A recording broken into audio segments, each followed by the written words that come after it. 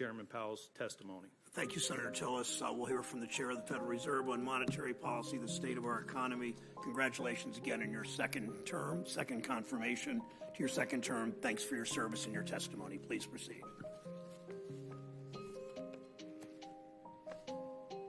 Thank you, Chairman Brown, Senator Tillis, and other members of the committee. I appreciate the opportunity to present the Fed's semi-annual monetary policy report. I'll begin with one overarching message. At the Fed, we understand the hardship that high inflation is causing. We are strongly committed to bringing inflation back down, and we're moving expeditiously to do so. We have both the tools we need and the resolve it will take to restore price stability on behalf of American families and businesses. It is essential that we bring inflation down if we are to have a sustained period of strong labor market conditions that benefit all. I will review the current economic situation before turning to monetary policy. Inflation remains well above our longer-run goal of 2%. Over the 12 months ended in April, total PCE prices, that's personal consumption expenditures prices, rose 6.3%. Excluding the volatile food and energy categories, core PCE prices rose 4.9%. The available data for May suggests that the core measure likely held at that pace or eased slightly last month. Aggregate demand is strong, supply constraints have been larger and longer lasting than anticipated, and price pressures have spread to a broad range of goods and services. The surge in prices of crude oil and other commodities that resulted from Russia's invasion of Ukraine is boosting prices for gasoline and fuel and is creating additional upward pressure on inflation. And COVID-19 related lockdowns in China are likely to exacerbate ongoing supply chain disruptions. Over the past year, inflation also increased rapidly in many foreign economies, as discussed in a box in the June monetary policy report. Overall economic activity edged down in the first quarter as unusually sharp swings in inventories and net exports more than offset continued strong underlying demand. Recent indicators suggest that real GDP growth has picked up this quarter, with consumption spending remaining strong. In contrast, growth in business fixed investment appears to be slowing, and activity in the housing sector looks to be softening, in part reflecting higher mortgage rates. The tightening in financial conditions that we've seen in recent months should continue to temper growth and help bring demand into better balance with supply. The labor market has remained extremely tight, with the unemployment rate near a 50-year low, job vacancies at historical highs, and wage growth elevated. Over the past 3 months, employment rose by an average of 408,000 jobs per month, down from the average pace seen earlier in the year, but still robust. Improvements in labor market conditions have been widespread, including for workers at the lower end of the wage distribution, as well as for African Americans and Hispanics. A box in the June monetary policy report discusses developments in employment and earnings across all major demographic groups. Labor demand is very strong, while labor supply remains subdued, with the labor force participation rate little changed since January. The Fed's monetary policy actions are guided by our mandate to promote maximum employment and stable prices for the American people. My colleagues and I are acutely aware that high inflation poses significant hardship, especially on those least able to meet the higher costs of essentials like food, housing, and transportation. We are highly attentive to the risks that high inflation poses to both sides of our mandate, and we're strongly committed to returning inflation to our 2% objective. Against the backdrop of the rapidly evolving economic environment, our policy has been adapting, and it will continue to do so. With inflation well above our longer-run goal of 2% and an extremely tight labor market, we raised the target range for the federal funds rate at each of our past 3 meetings, resulting in a 1.5 percentage point increase in the target range so far this year. The committee reiterated that it anticipates that ongoing increases in the target range will be appropriate. In May, we announced plans for reducing the size of our balance sheet, and shortly thereafter began the process of significantly reducing our securities holdings. Financial conditions have been tightening since last fall and have now tightened significantly, reflecting both policy actions that we have already taken as well as anticipated actions. Over coming months, we'll be looking for compelling evidence that inflation is moving down, consistent with inflation returning to 2%. We anticipate that ongoing rate increases will be appropriate. The pace of those changes will continue to depend on the incoming data and the evolving outlook for the economy. We will make our decisions meeting by meeting, and will continue to communicate our thinking as clearly as possible. Our overarching focus is using our tools to bring inflation back down to our 2% goal and to keep longer-term inflation expectations well anchored. Making appropriate monetary policy in this uncertain environment requires a recognition that the economy often evolves in unexpected ways. Inflation has obviously surprised to the upside over the past year, and further surprises could be in store. We therefore will need to be nimble in responding to incoming data and the evolving outlook. And we will strive to avoid adding uncertainty in what is already an extraordinarily challenging and uncertain time. We are highly attentive to inflation risks and determined to take the measures necessary to restore price stability. The American economy is very strong and well positioned to handle tighter monetary policy. To conclude, we understand that our actions affect communities, families, and businesses across the country. Everything we do is in service to our public mission. We at the Fed will do everything we can to achieve our maximum employment and price stability goals. Thank you. I look forward to your questions. Thank you very much, Mr. Chairman. Let me, on behalf of Chairman Brown, recognize Senator Warren. Thank you, Acting Chairman. I appreciate the help of the Chairman this morning, and thank you for being with us, Chair Powell. So Americans are struggling with rising costs, and all eyes turn to the Fed. Last week, you announced that the Fed would raise rates by 0.75 percentage point, the biggest increase in nearly 30 years. So let's talk about what the Fed is and isn't doing when it raises interest rates to try to bring down inflation. Let's start with gas prices. The price of gas is up 40% since Russia invaded Ukraine in February. Chair Powell, will gas prices go down as a result of your interest rate increase? I would not think so, no. Okay. That matters because gas prices are one of the single biggest drivers of inflation. Energy prices overall drove a third of the inflation last month, but the Fed's tools, as you say, have no impact here. So let's look at another necessity, food. Price of groceries is up nearly 12% this year. Americans feel the pinch. No matter how much groceries cost, people still got to eat. Chair Powell, will the Fed's interest rate increases bring food prices down for families? I wouldn't say so, no. Okay. So a Fed increase won't bring down these prices. And why? Because rate hikes won't make Vladimir Putin turn his tanks around and leave Ukraine. Rate hikes won't break up monopolies. Rate hikes won't straighten out the supply chain or speed up ships or stop a virus that is still causing lockdowns in some parts of the world. So let's talk about what interest rate increases can do. Chair Powell, you said last week that interest rate increases, quote, moderate demand. Can you just explain a little more about what that means? Sure. So we think about interest rate increases as affecting financial conditions and then the economy through three broad channels, the first of which is interest-sensitive spending. So that's durable goods and automobiles and things like that. So interest rates go up, people's demand for as a result of higher interest rates will moderate or decline so that supply and demand can get into better balance. The second channel is just asset prices generally. Interest rates, as they go up, will cause asset prices to moderate across the economy, and people spend a little bit less out of their lower level of wealth. The third channel is the exchange rate, which is really just another asset price, and that just basically as the dollar strengthens. As rates go up, the dollar would strengthen, which would tend to drive. So I appreciate this, and I do appreciate the explanation, but let me just see if I can just put a little more plain vanilla explanation of what's going on here. If I understand what you've said and what economists are saying across the board is that when you raise interest rate, there's going to be less money to invest, and that is, it's going to dampen business investment. Is that a fair statement?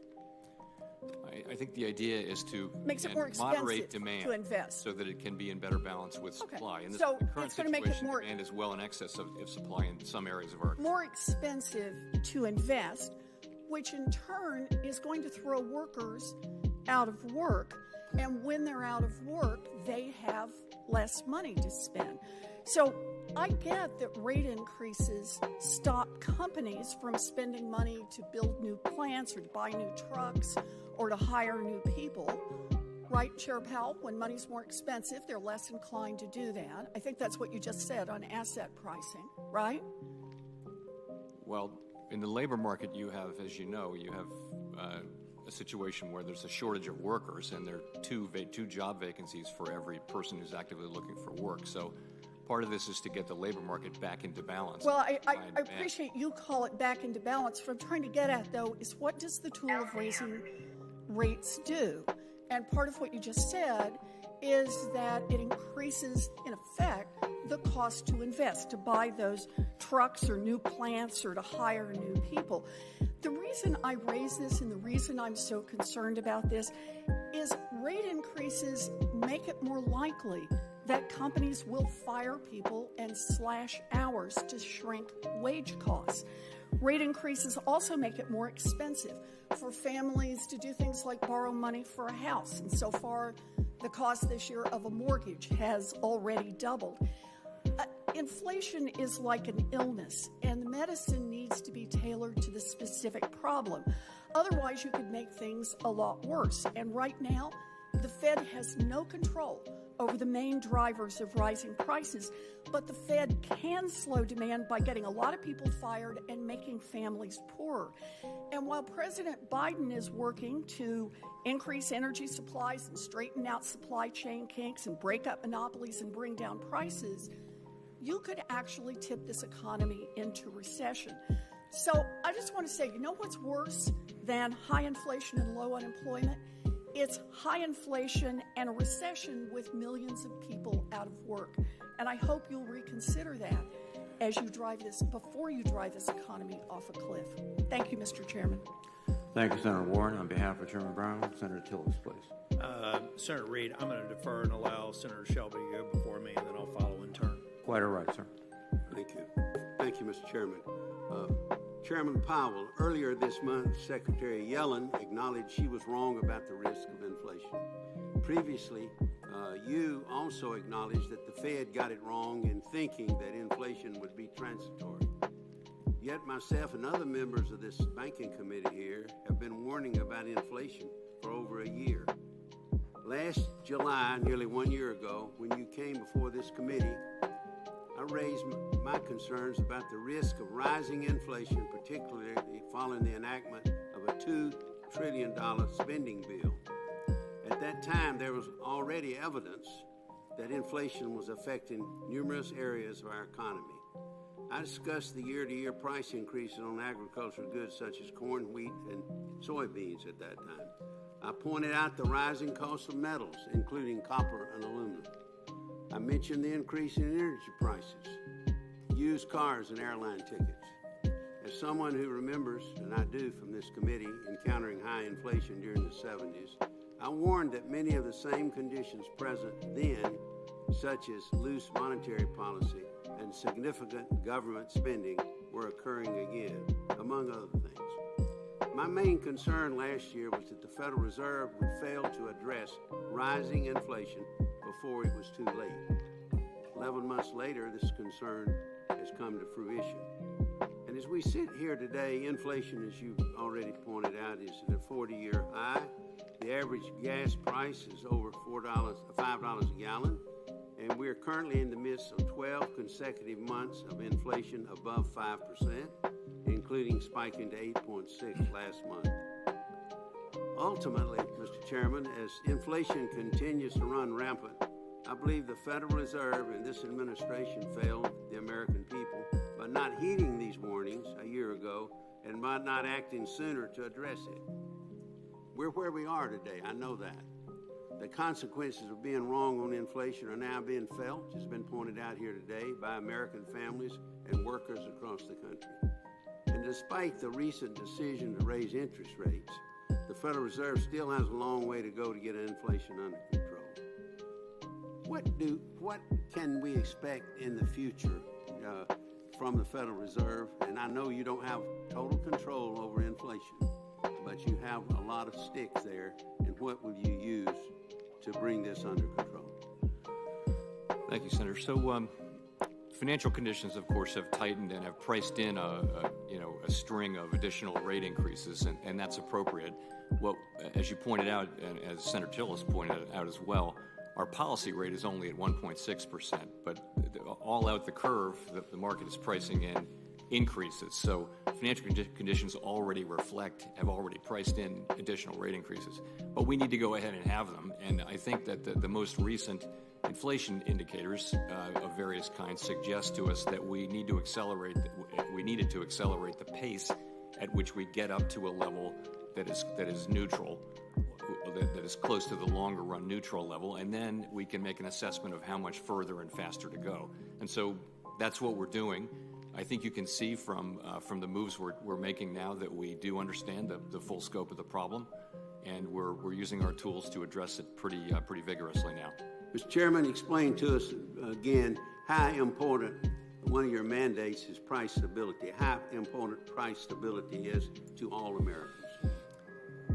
So price stability is really the bedrock of the economy in the sense that you really cannot have a sustained period of maximum employment, our other co-equal goal. You can't have that without price stability. And so we must restore price stability, and we will. We have the tools and the resolve and hopefully the judgment to accomplish that task. It's essential that we do. What's your next step?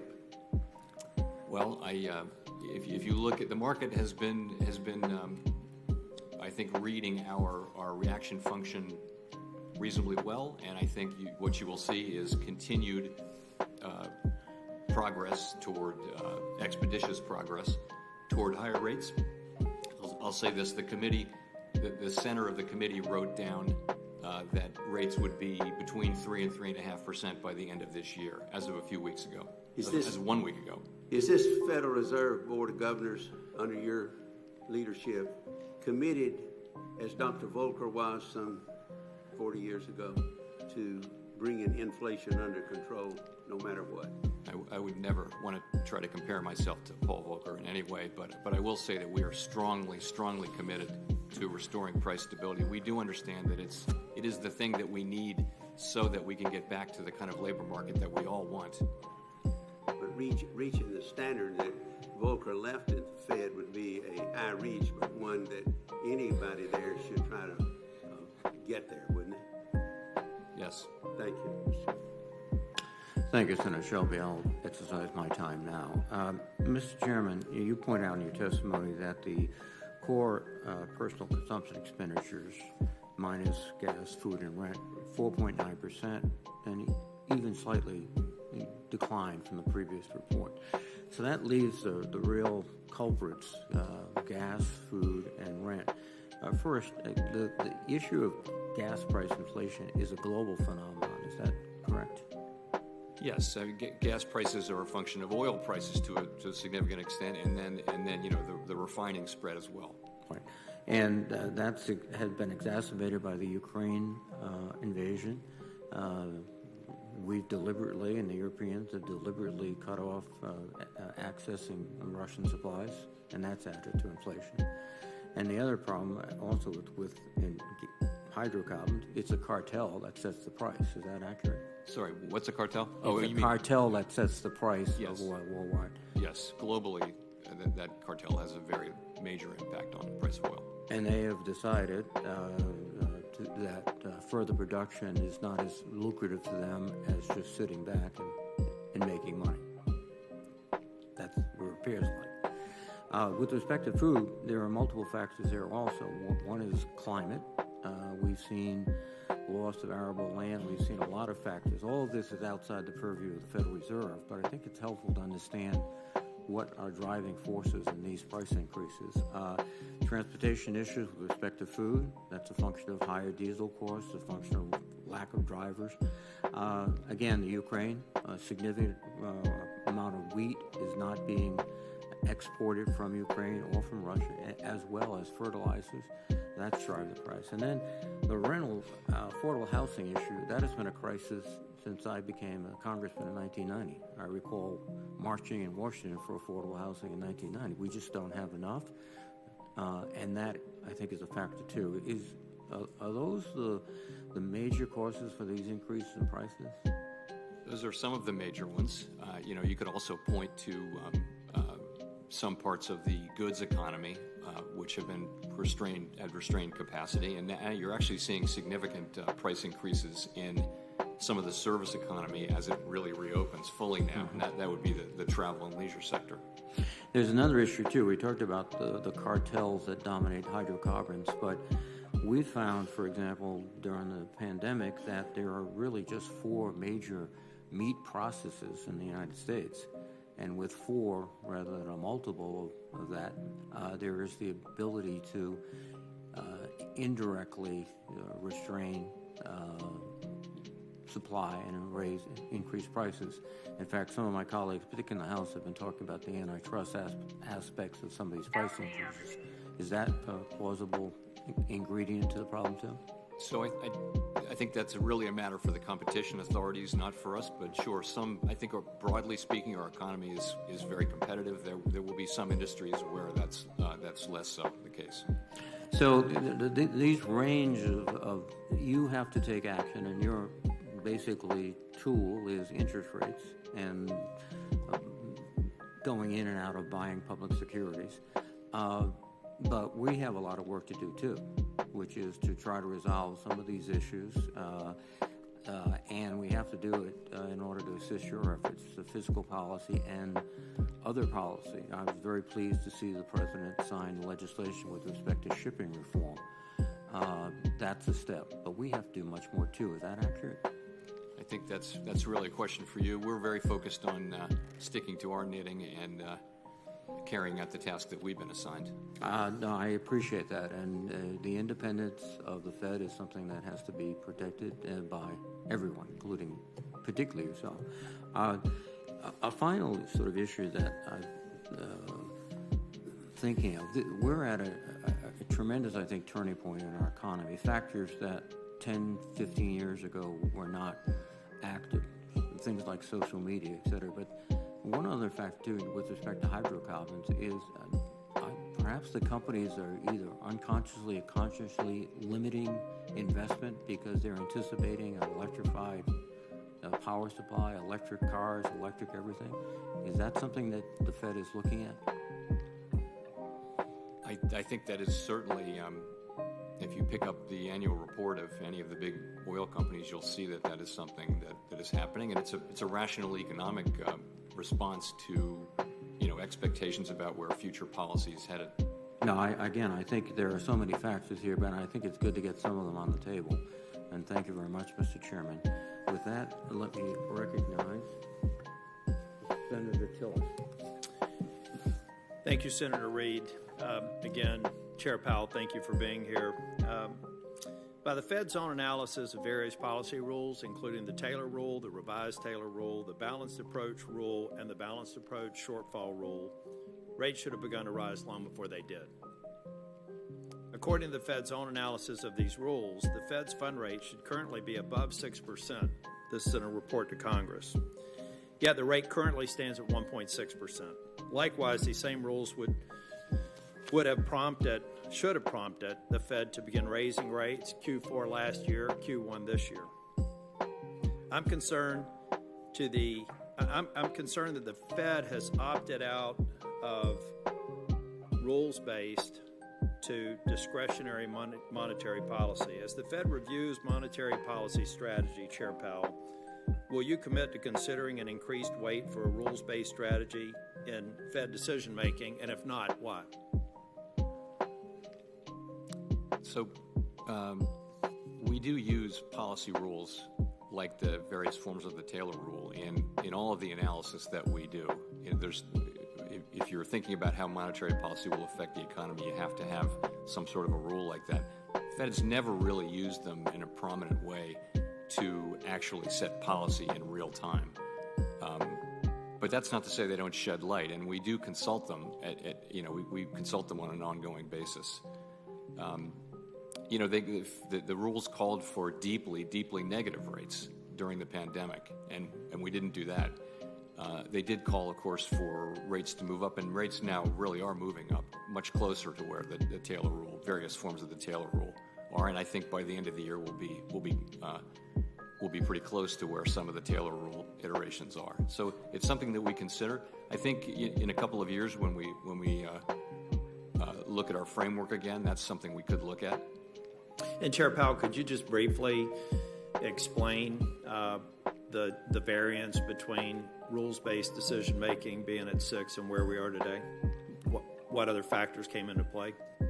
So what Taylor rules don't take into consideration changes in financial conditions. They just look at the overnight policy rate. As I mentioned earlier, we began signaling, and the way we're set up now to signal policy changes going forward with the summary of economic projections that we do 4 times a year. So markets price that in, and you're getting a lot of policy tightening well in advance of actually raising rates. As you pointed out, we're at 1.6% only on the federal funds rate, but look out the rate curve. All the very substantial additional rate hikes are already priced in, and they're affecting financial conditions, and they have been for several months. So that's one way of thinking about it. It's really only at the very short end of the curve where rates are still in negative territory from a real perspective. If you look farther out, real rates are positive right across the curve, and that's really what you're trying to achieve with policy in a situation like this where we have 40-year highs in inflation, and we know we need to have restrictive policy, and that's where we're headed. Thank you. In 2012, the Fed adopted its current 2% inflation target, then amended this in 2020 to allow inflation to run over 2% target so that inflation averages 2% over time. Many warned this approach would simply give inflation a foothold before the Fed could respond. Now inflation's at 6.5% per year, and many serious analysts are predicting a recession. According to the Fed's framework, will the Fed push inflation below 2% so that it averages 2% over time? No, that wasn't the way the framework worked. And I should clarify, though, the framework was carefully focused on what we knew, which was the economy of the last 25 years.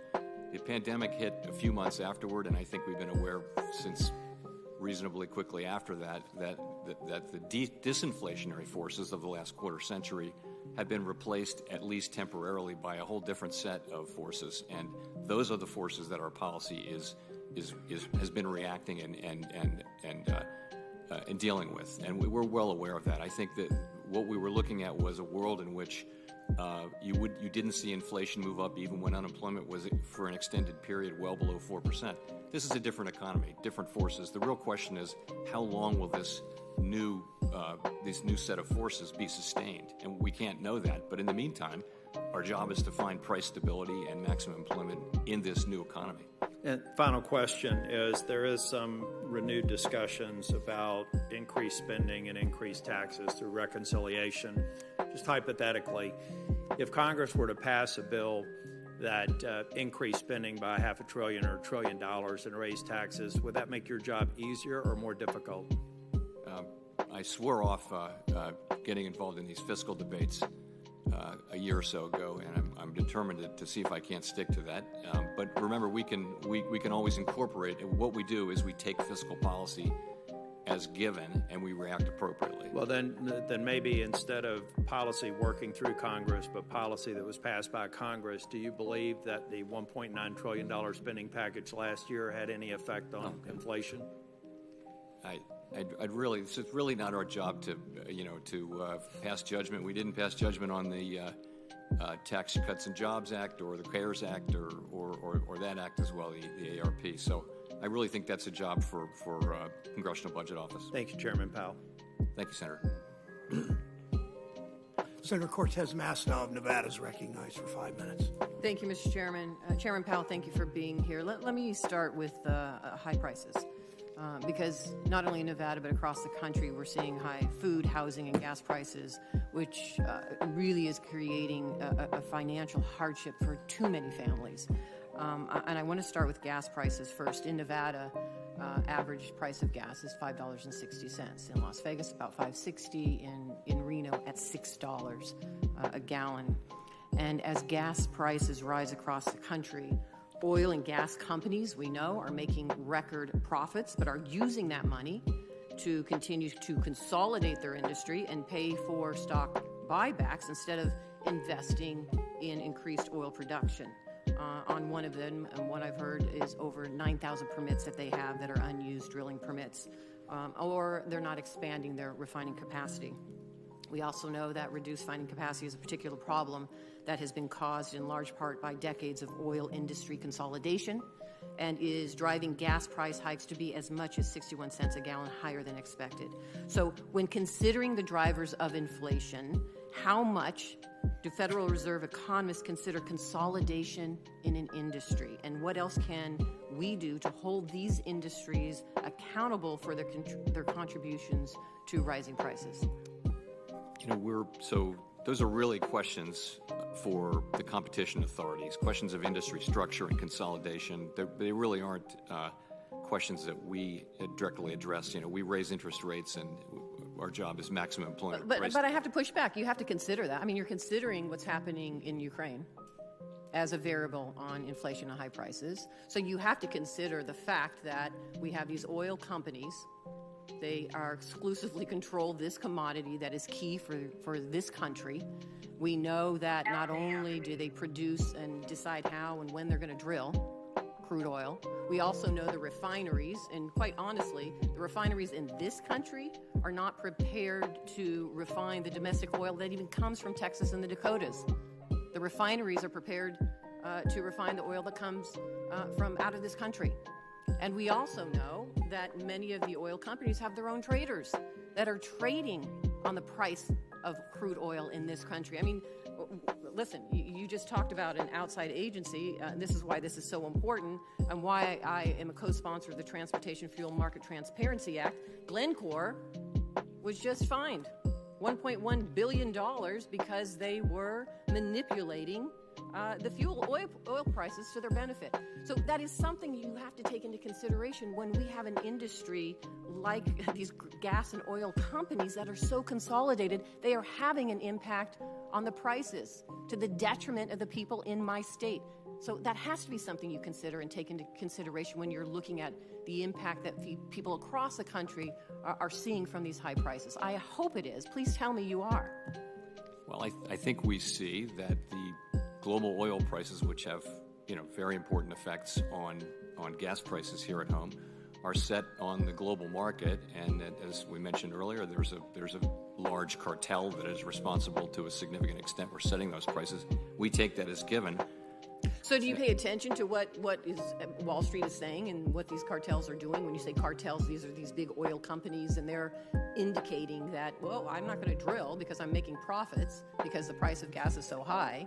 So you would assume, I would hope that you would take that into consideration, that it's going to continue these high prices because there is a challenge in holding these oil companies accountable. So in principle, we pay attention to anything that could affect the use of our tools and the need to use our tools. And I think with the future price of oil, the best thing you can probably do is look at oil futures, because futures in theory should be taking into account all of these factors, and that's what we do. But ultimately, the question for us is, do we raise or lower interest rates? We don't have tools that would address these practices that you're discussing. They're not really, of course, we understand them. Well, do you have concerns that these oil companies are manipulating or controlling the prices that we have right now? Do you take that into consideration with the tools that you need to reduce inflation and reduce these costs? Honestly, those are not judgments for us to make. The questions about industry structure and competition are really not. It's not our assignment. Our assignment is employment and price stability. The outcome of that infrastructure is something you've got to take into consideration. Yes. Unless they change, the prices are not coming down. Unless they stop giving profits and sharing that with their shareholders and start addressing and looking at actually the consumer at the other end of this, who is bearing the brunt of it, these prices are not going to come down. I would assume you take that into consideration. Maybe I'm wrong.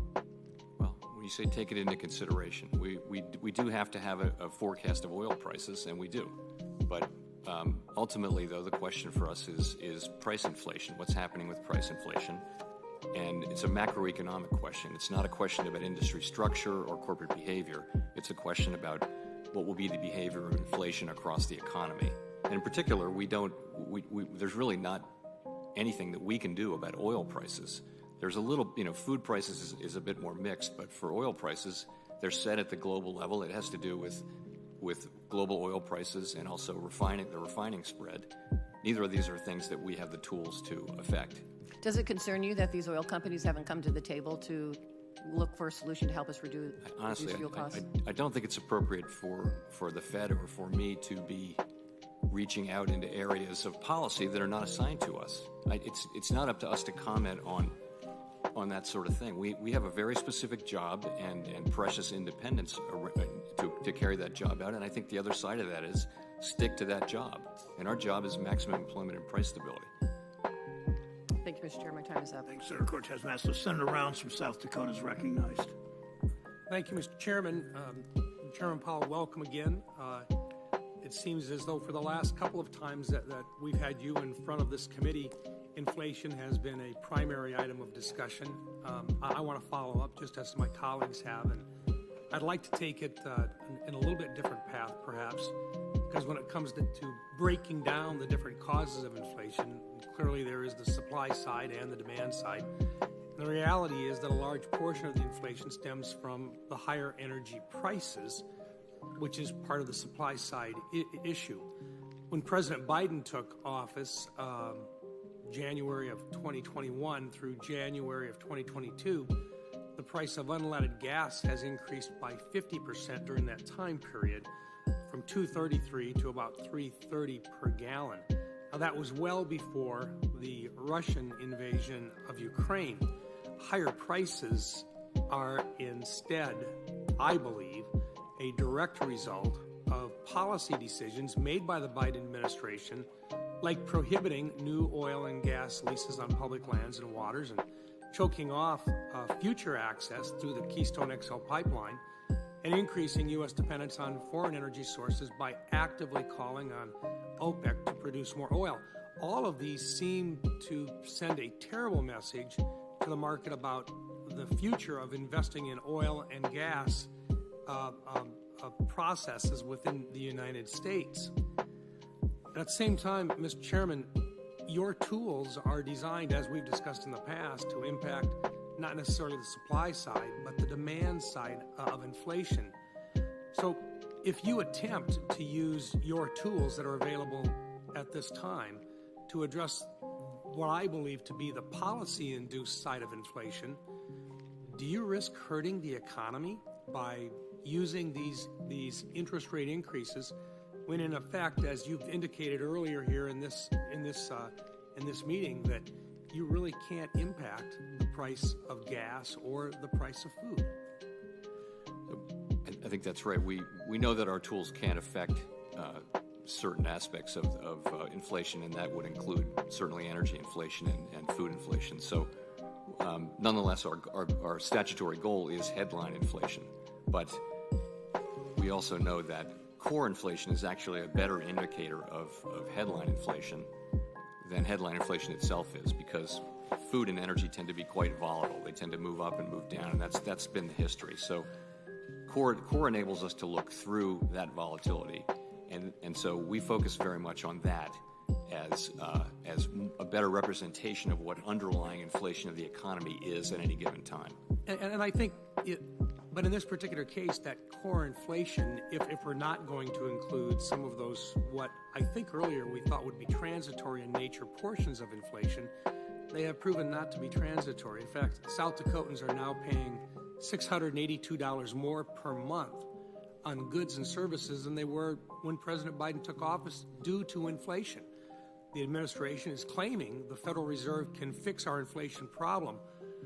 But as you've just indicated, you focus on core, and your tools might very well work on core, but not on those really heavy drivers to inflation that South Dakotans are seeing like the rest of the country.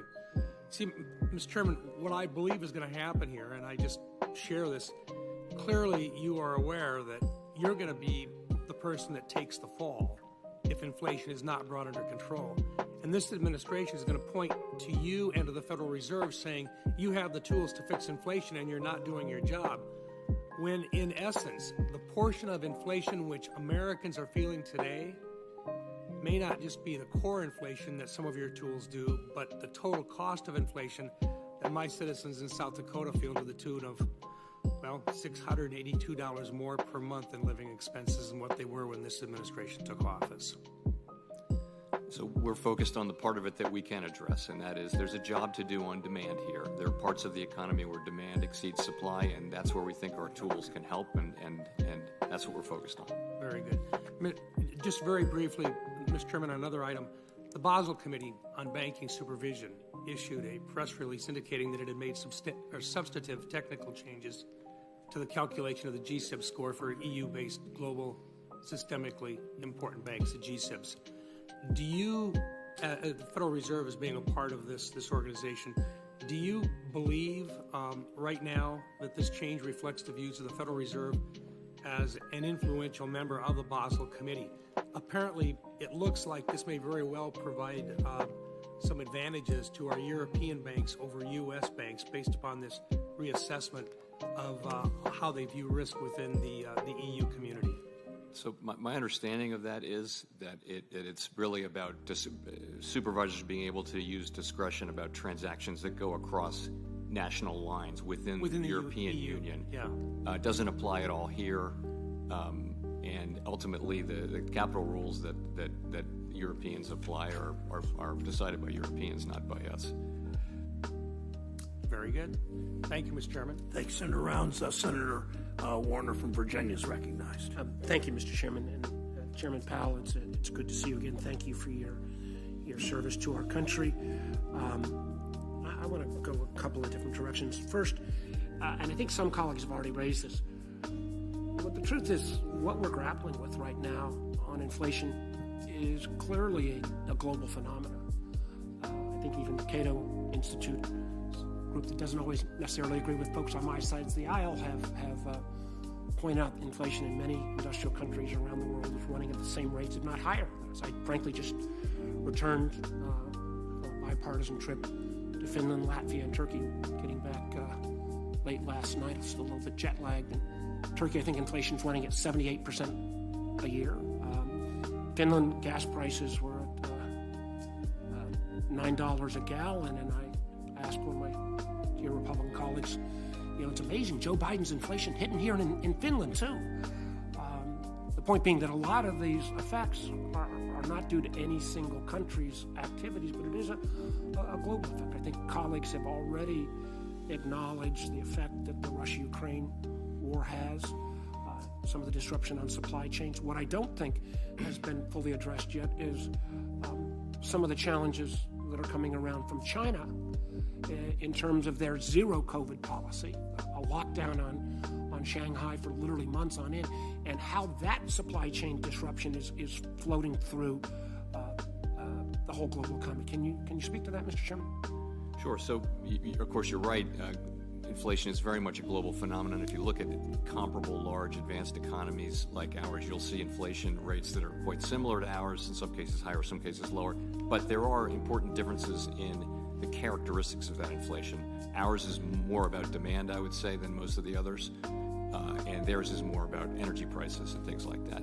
In terms of your question on China, we don't think we've seen the full effect of the lockdowns that we've had, but we'll expect to be seeing some negative effects on bottlenecks. On the other hand, China now seems to be coming out of that period of lockdown, and growth seems to be picking up. Advanced indicators are that their economy may be recovering, but of course the zero COVID policy, as long as it's in place, it certainly could. You could certainly have a relapse given this highly contagious disease.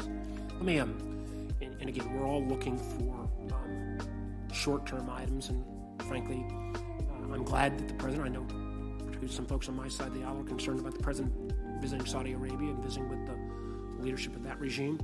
I think you've got to use all the tools in the toolkit, and getting additional partners in the middle, or players in the Middle East to increase oil production, I think is important. I'm a little less I got a lot more proof to see whether some kind of short-term gas tax holiday would actually provide relief to consumers, or simply, as we've seen in some states that have implemented it, the prices don't change and the companies may make more money, but it doesn't provide that kind of inflationary relief. And I am concerned, as somebody who spent a long time as governor and as senator trying to make sure we pay for our infrastructure investments. Easy to take away a tax, tough to put it back on. There's always an excuse not to, but I'm open to seeing a better analysis. I do want to raise, and recognizing that not everything can be done with a flick of the switch. There's a piece of legislation that has been floating around here for almost a year, passed the Senate a year ago on a broadly bipartisan basis, passed the House a number of months ago. I think the House, frankly, took the wrong approach. But it goes at least one of the inflationary pressures here, which is making sure that we've got a domestic supply chain on semiconductor chips. Every device that has an on and off switch requires a semiconductor chip. And right now we see, particularly around auto inflation, one of the big drivers is the lack of chip supply, so cars can't actually be sold. They're literally sitting warehouse waiting for the semiconductors to come around. This legislation, $52 billion of investment, would build at least 10 semiconductor facilities here in America. I know Senator Brown has been a big advocate of this. If we don't do this, I don't think there'll be another semiconductor facility built in America, even though some have been announced. I point out the fact that a year ago the Europeans had no plan here in semiconductor investment. Intel recently announced $8 billion from the German government. When the German bureaucracy and European bureaucracy moves faster than the American legislative process, I don't care which side of the aisle we're in trouble. So in the last few seconds, I know you don't want to weigh in on a specific piece of legislation, but the notion of investment in a key industry component like semiconductors, long-term in terms of keeping inflationary pressures down, right move or not? Again, I wouldn't, as you say, I wouldn't comment on a specific legislative proposal. Talk about the industry sector. I'll just say that I do think we learned a lot about global supply chains, and we're still learning. And it's important to take the right lessons, and I think it's an important area to explore about how we can harden up and improve our sourcing capabilities, including what should be here. Thank you, Mr. Chairman. Thanks, Senator Warner. Senator Kennedy from Louisiana is recognized.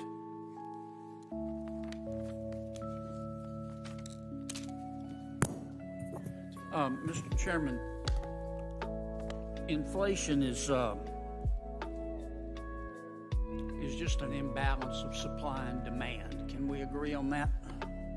Yes, generally. And to put a little finer point on it, our inflation at this time, and this is the case with respect to most cases of inflation, demand is greater than supply, so prices go up. In some parts of the economy, yes. Right. Now, you're trying to lower, so we've got a situation where demand's up here, supply's down here. You're trying to lower demand. Is that correct?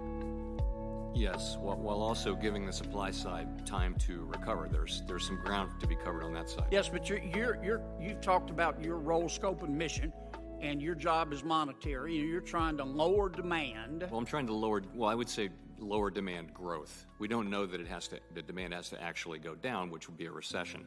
Well, 70% of our economy is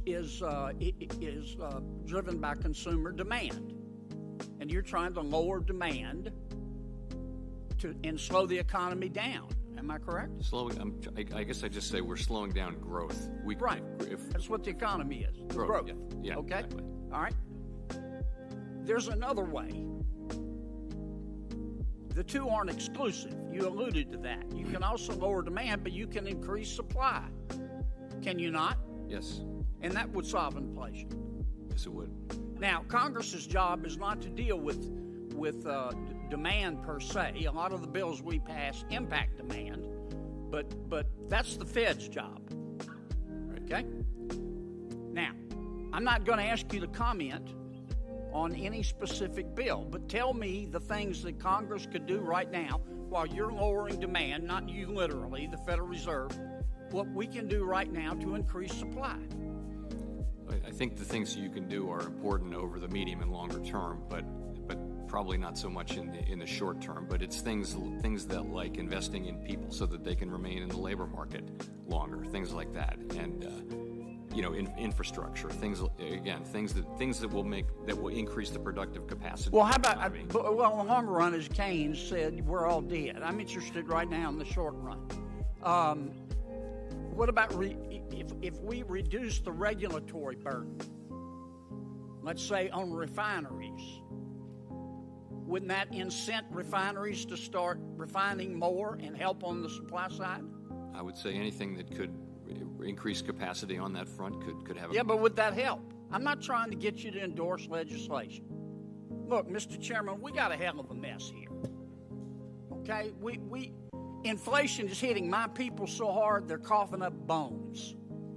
I don't care what the inflation is in other parts of the country, of the world. I'm sorry they're having inflation in other parts of the world, but them in misery doesn't make my people feel better. They're still miserable. Inflation is hitting people so hard they're coughing up bones. It's the highest in 40 years. Our national debt is greater than our national output. Crime's up. The border's open. Respect for institutions is way down, and 70% of the American people think we're headed in the wrong direction.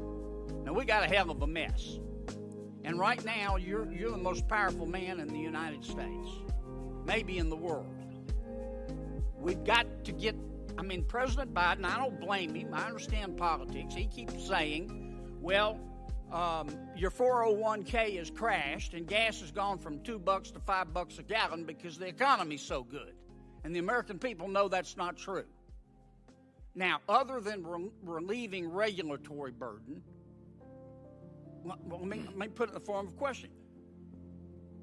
What if the United States Congress said, look, we've got a budget. We're going to freeze spending. We're going to stop injecting more money into the economy. We're going to freeze spending until Powell can get control on the demand side. Would that help? I feel like giving you advice on what to do when I'm asking we're not for it. I welcome it. We're not getting our own job done. I feel like maybe a better thing to do would be for us to get our house in order and do the job you've assigned us. Well, let me put it another way. Let's suppose, forget about Congress. Let's suppose that every governor in every state and every legislature in every state got together tomorrow and said, I know it's not likely to happen, and said, we are going to freeze our budgets. We're not going to spend a penny more than's already budgeted. Would that help? Would it help? Sir? Would it help with? Would it help reduce inflation? It would depend on it. Might, but it would take. I'm giving you. I'm scoring fiscal policy. Well, I understand really you're being careful, but Mr. Chairman, the United States Congress, in addition to its regular budget, has spent $7 trillion. I'm not saying all of it was unnecessary. On top of that, the Fed's increased its balance sheet from $1.5 trillion to $9 trillion. $9 trillion. I know you're cutting it back, but we've injected all of this money into the economy, and then people go, well, we have inflation. Duh. Give me some help here. Tell me what we can do. I'm really focused on what we can do, which is shrink our balance sheet and raise interest rates and get supply and demand back into alignment and get inflation back down to 2%. Thank you, Senator Kennedy. Senator Tester from Montana is recognized for 5 minutes. I want to thank the chair and ranking member. I also want to thank you for being here, Mr. Chairman. I appreciate it. I've just got to say one thing about Senator Kennedy. I think freezing spending is probably a really good idea, except we just had a flood that cost $1 billion worth of damage in southern Montana. $1 billion worth projected. We freeze spending, that infrastructure never gets rebuilt. So I hear what you're saying, and in some aspects I agree, but it's a lot easier to talk about than it is to do. And I think that's the challenge that the chairman of the Fed has, is that he really needs to focus on what he needs to do. And if it was a simple solution, we'd already had it done. I'm concerned about rural America and the impact inflation's having on rural America. And I know that you have seen it. You've seen it transpire over the last several years, particularly as this country's come out of this pandemic. And I know we've had a conversation that it's two-edged, it's supply and it's demand, and you're only dealing with the demand part, which is an important part. And in some respects, Senator Kennedy's right. You are probably one of the strongest people in the world to be able to deal with some of this stuff. But from a rural perspective, is the Fed doing anything in particular that I could take back to my constituents and say, this is what the Fed's doing to help rein in inflation in rural areas? Well, so we are, of course, well aware. As you know, we have 4 or 5 Reserve Bank presidents who have very large agricultural economies within their districts, and we hear excellent reports from them about what's going on, and it's clearly a tremendously challenging situation. Fertilizer prices and all kinds of inputs, very, very difficult situation. You can't get parts for your equipment and that kind of thing. So, overall, we do appreciate that. You're not seeing this yet, but when if times do get difficult, then we work carefully with borrowers in the Farm Belt and that kind of thing, because we know, that's what you do in those kind of times. We're not at that times at this point, but that's one thing we have done in the past. I mean, overall, we think we need to get back to price stability, and that will help. That will help everybody. It will help the whole economy, including rural America. Okay, interest rates. I know they've been raised a bit recently. I think 3/4 point. Correct me if I'm wrong. And I'm not going to ask you where interest rates need to be, but I do think that there's a fine line to walk, and you tell me if I'm wrong, where if interest rates are raised too high, it could drive us into a recession. Can you tell me some of the things you're looking at to make sure that doesn't happen? Sure. So when we pivoted and started talking about raising rates last year, markets have priced in rate increases so that all out of the curve of debt maturities, interest rates have already moved up to reflect interest rate increases that we haven't actually made yet to our. So what we have right now is a low short-term rate, which is our policy rate. So, and the increase that we made one decision at the last meeting, which was to raise by 75 basis points, but only to 1.6%. So, and we thought that was the right thing to do. I'm happy to discuss why. But really, the point is that our policy rate is still at a relatively low level, and in principle, we want to get it up to a more neutral-ish level, even more expeditiously than we had been, and that's what was behind our thinking. And that's really, so the concern, I don't think is about the level, it was with the speed. Are we moving too quickly? And I think I was persuaded that it was important that we make this move now and not wait and telegraph it and do it 6 weeks later, for example, or the meeting after that. It was important to do it now, because where we are with inflation is having seen inflation come in above target over and over again, and we said we'd move more aggressively if it was appropriate. We thought it was appropriate, and we did. So what? And so you said you want to get to things more to a neutral level, and are we to a neutral level now? No. So we estimate the longer run neutral level of the federal funds rate to be in around 2.5%, and actually we think it will be appropriate to raise rates above a neutral level into a modestly restrictive level, because this is very high inflation and it's hurting everybody, and we need to do our job and get inflation back on a path down to 2%. And the way we're going to do that, we think, is raise rates, of course, to that level. Of course, everything depends on the data that we see. We're really strongly committed to getting inflation down to 2%, but we're going to be flexible as we see the data coming in. Do you agree with the perspective, and then I'll be done, but do you agree with the perspective that if interest rates go too high, too fast, it could drive us into a recession?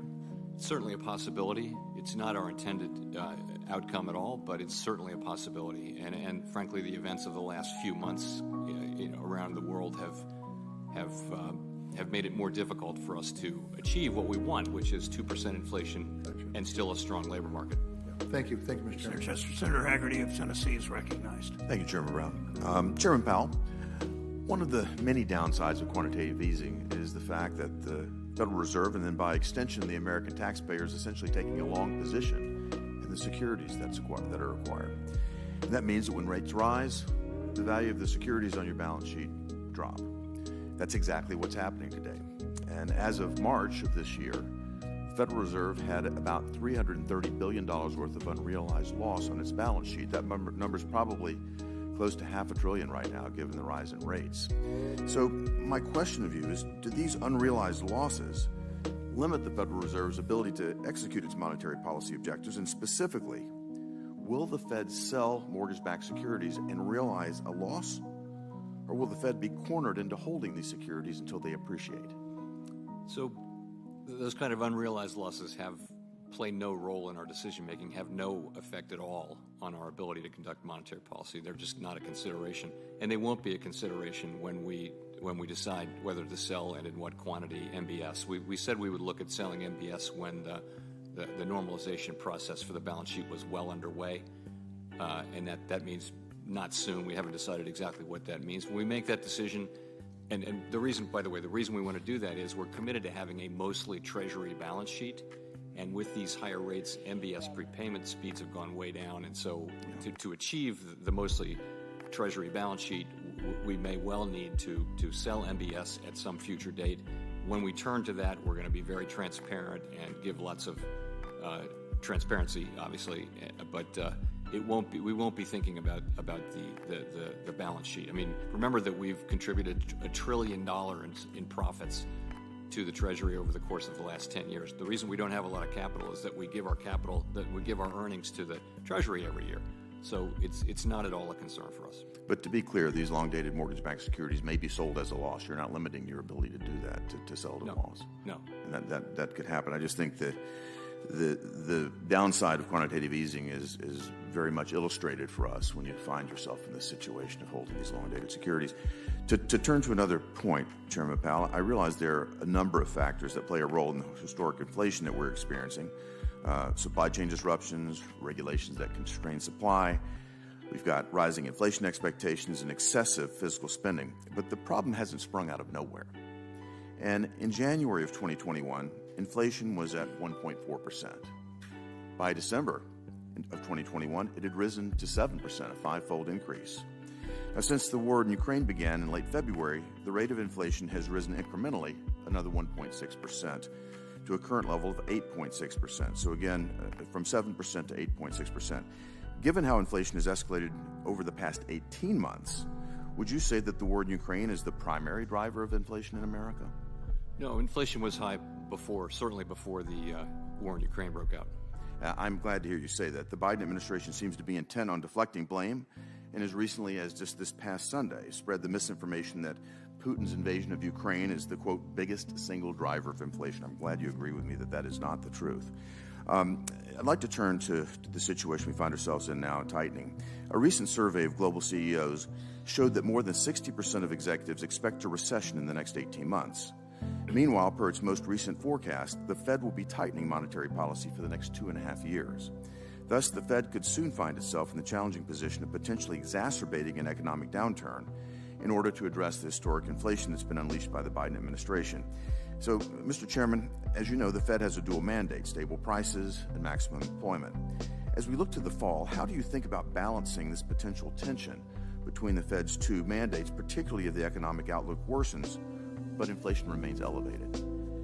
So we do have a dual mandate, as you point out. Right now, the labor market is extremely tight and I would say unsustainably hot. There's a mismatch between supply and demand there. As you know, there's more job openings than there are, by a factor of 2 to 1, than there are unemployed people looking for work.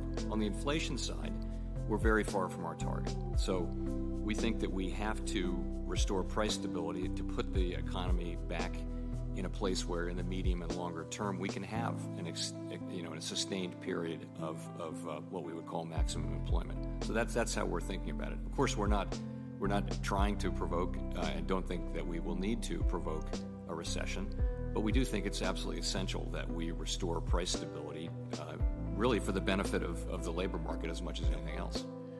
I agree. I think you have a extremely challenging job, particularly given some of the physical policies that have been undertaken that make your job more challenging than it should be. Thank you very much, Mr. Chairman. Thanks, Senator. Senator Smith from Minnesota is recognized for 5 minutes. Thank you, Mr. Chair, and welcome back to the committee.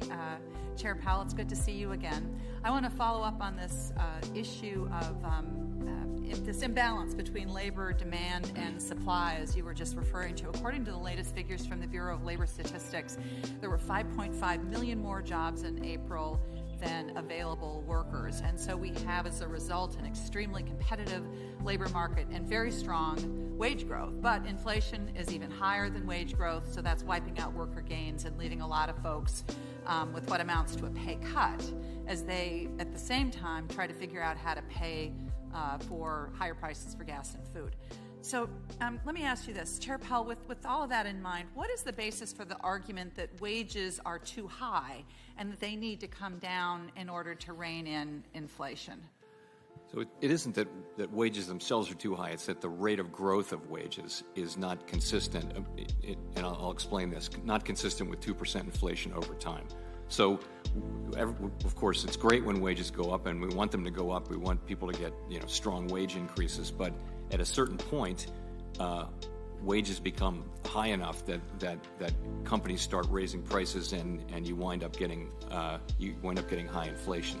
So if you just kind of reverse engineer what level of wage increases would be consistent with 2% inflation over the longer term, today's wage increases, if you look across the numbers of measures that we look at, they're significantly above that.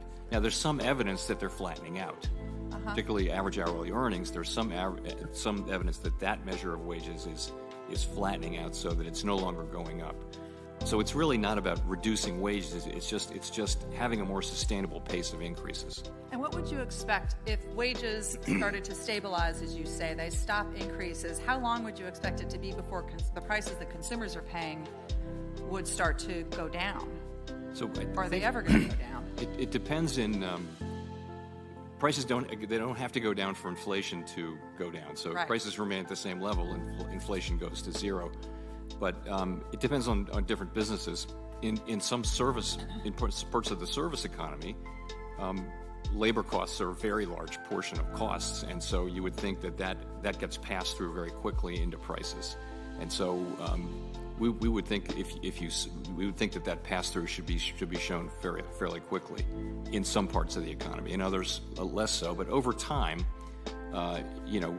we would want wages to be moving up at the highest sustainable rate that's possible, right, and consistent with 2% inflation. And of course, at the same time, the economy, we've got this very, very strong labor market, but simultaneously we continue to see higher unemployment rates among African Americans, for example, nearly double the unemployment of white Americans. So how do you see this sort of interplay between wage growth and what the Fed actions to cool demand on that underlying issue? So we don't target wage growth, of course. Our job is price stability. Right. We look at wage growth because over a long period of time, it's an important factor in determining price stability. So that's really how we think about it. In terms of the disparities, we saw those disparities increase significantly at the beginning of the pandemic and then reverse. As we pointed out in our monetary policy report, those gaps have at least returned to historically lower levels. There's still gaps, though, and those are not really gaps that we can get at with monetary policy. But we point them out because they're an important aspect of our economy, and we do consider them as we think about appropriate policy. I think I would agree with you. I think that those are sort of systemic challenges in our economy that need to be addressed through the policy that we work on here. It seems to me that I think we have a labor supply problem in this country, and we should be dealing with that in Congress in terms of what we need to do to make sure that people have the skills and the capacity to do the jobs that our economy is creating. But it also seems to me that as long as wage growth is lagging inflation, that in some ways labor costs are actually dampening inflationary pressures because they're not keeping up with inflation. So I think it's just an interesting and complicated issue. No argument there. Yeah. Well, I just have a couple of minutes left. I'm not going to have a chance to get into this, but I'm quite interested also in this, what we're seeing around the country everywhere, and especially in Minnesota, about extraordinarily high increases in housing. The Fed is raising interest rates, which is going to have an impact on increasing housing prices, because mortgage prices are going to go up and other costs going up in terms of building housing is going to go up. So I'm just am interested in how you sort of weigh that dilemma. So, after the pandemic, for a number of reasons, housing demand went way up. Rates were low, but also people decided they wanted to live more in housing, single-family homes rather than downtown. And so prices went up all over the country at very, very high levels. Now you see the housing market slowing down because you see higher rates are having an effect. That should have an effect on housing prices, perhaps even fairly quickly, so that prices won't necessarily come down, but price increases will flatten out.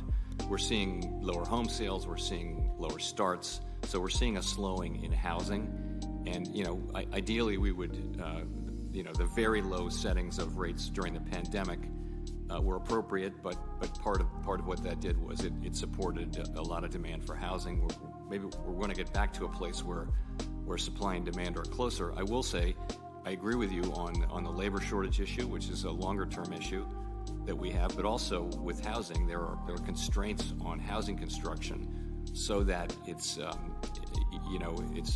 very possible that we'll be in a position where there isn't enough appropriate housing at the right price, and that's a longer-run issue. Again, not so much for us as for you.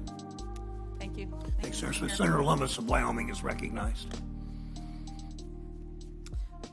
Thank you, Mr. Chairman, and thank you, Chairman Powell, for being with us today. It'll come as no surprise to you that I want to focus on digital assets and Fed master accounts. So my first question is about the accounting treatment of digital assets, specifically SEC Staff Accounting Bulletin 121. So this bulletin requires publicly traded companies, including banks, to hold digital assets in custody as an on-balance sheet liability. So will the accounting standards contained in this bulletin that requires it to be on-balance sheet be applied by the Federal Reserve to banks and bank holding companies? That's something we too saw that and understood the implications, and I think that's something we're working on with our fellow bank regulators. And I don't have an answer for you though, but that's certainly something we're focusing on very closely right now. And I would note that the Basel Committee on Bank Supervision has declined to establish a capital charge for custody digital assets because they're always off balance sheet. They've created a framework called the Prudential Treatment of Crypto Assets that continues to acknowledge that they're off balance sheet. So if the standards of the SEC's staff bulletin are adopted, that would be the first time that custody assets are placed on balance sheet. Do you think it's smart for the U.S. to be imposing bank standards beyond international norms? So again, that was the SEC has authority over accounting rules, and that's what this was, and we now have to consider that exact question, and that's what we're doing. I can't really say more because we are working our way through it. But my understanding of it is the same as yours, though, which is custody assets are off balance sheet, have always been. But this is, the SEC made a different decision as it relates to digital assets for reasons it explained, and now we have to consider those. Yeah, and thank you. I encourage you to consider that and appreciate that you're looking at it and you're aware of it. That's great. So I'll turn to master accounts now, of course. The board and the reserve banks have refused to provide Congress and the public with transparency with regard to the application process. At its core, a master account is a public benefit conferred by the Fed to a private institution. And since a master account is a public benefit, really, doesn't the public have a right to know which institutions have master accounts and which have applied for accounts and not received them? Both the FDIC and the OCC publicly list similar application information on their websites today. So could you commit, as part of a transparency project, to make publicly available a list of institutions that have received master accounts, as well as the institutions that have applied and not received them? So I'll be glad to look into that. You know our system well, and it really is that the Fed, the board, we set rules, but the reserve banks really make the decisions about granting accounts subject to those rules. And we actually think we can improve on that system with the current proposal we have, and are considering comments on that right now, as I'm sure you know very well. Yeah, and as you also know, that applicants for master accounts are getting whipsawed between the Federal Reserve Board of Governors and the banks. That one says that the Federal Reserve says that the banks have all of the authority they need, meaning Federal Reserve Bank of Kansas City and others have all of the authority they need to make these decisions, and yet you go to the reserve banks and they say, oh no, we're waiting for the Board of Governors. And so there's a whipsaw effect, and we get no answer. The black hole continues to exist, and my frustration level has long since been at a boiling point. It continues to be at a boiling point. There's no responsiveness. It's a black hole. And I wish to just once again use this opportunity to encourage you to address that. There's just no excuse. There's no excuse anymore, Mr. Chairman. Thank you. Senator Lummis, Senator Van Hollen of Maryland is recognized. Thank you, Mr. Chairman. Welcome, Chairman Powell. I can't let an opportunity go by without raising the issue of the FedNow real-time payments system implementation. You would agree that if we can get the system into place, it will save millions of Americans billions of dollars, would you not? Yes, I would. And so that's why I just want to encourage you to move very quickly. As you know, the system is scheduled to go up next year. We had an earlier hearing in May in this committee, and Brookings Senior Fellow Aaron Klein, who's spent a lot of time monitoring this system, shared his concern that we weren't moving fast enough to hit that date and fully implement it. So I just want your commitment, Mr. Chairman, that you are focused on this and that it is a priority.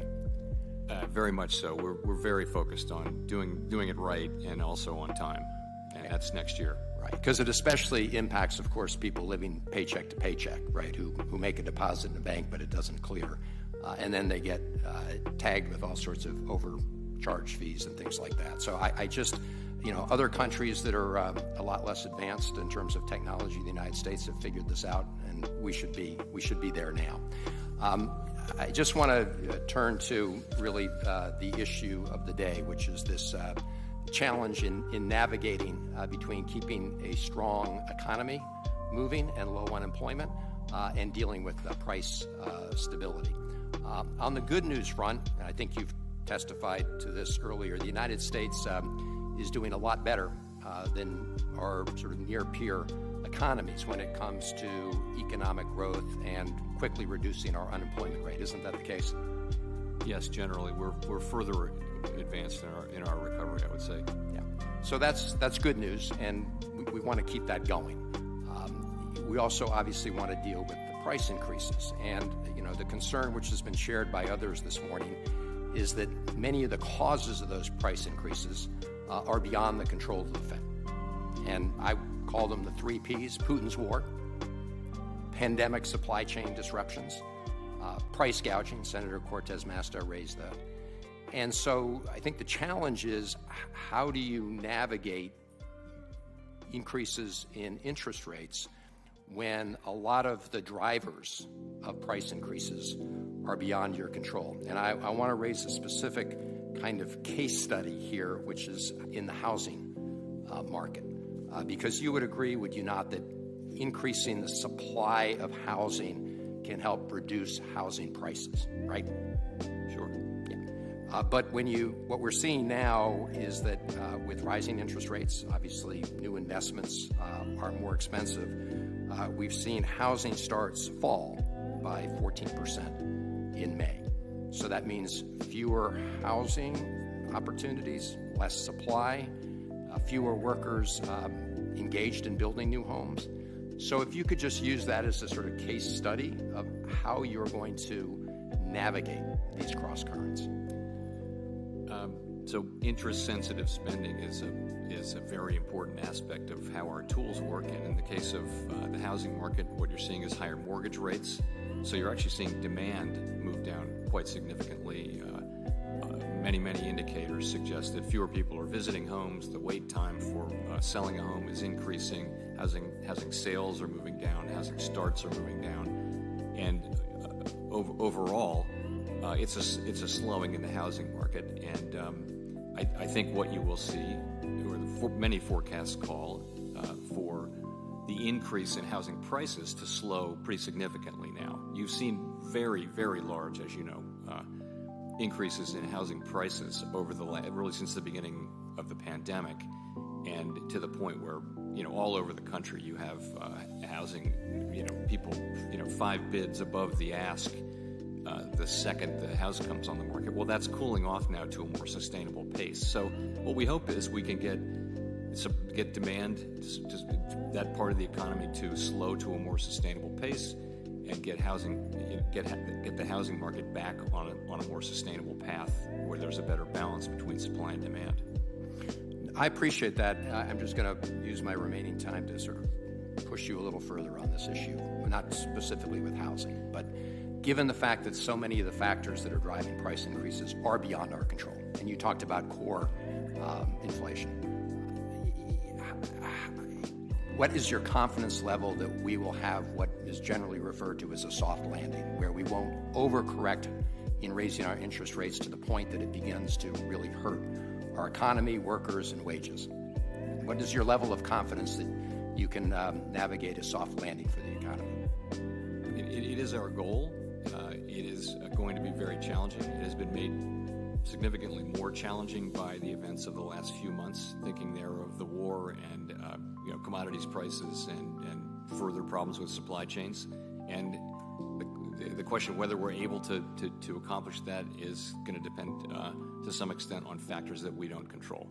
Well, Mr. Chairman, but this is the point I think many of us are making. The factors that are out of your control are not going to be susceptible to those costs being brought down: oil, gas, I heard you earlier, food, by the measures you're taking. And the risk is that the measures you're taking will slow down other parts of the economy without getting us the benefit of lower prices. So I think that is a big theme today, and I just look forward to continuing our conversation about how you're going to thread that needle.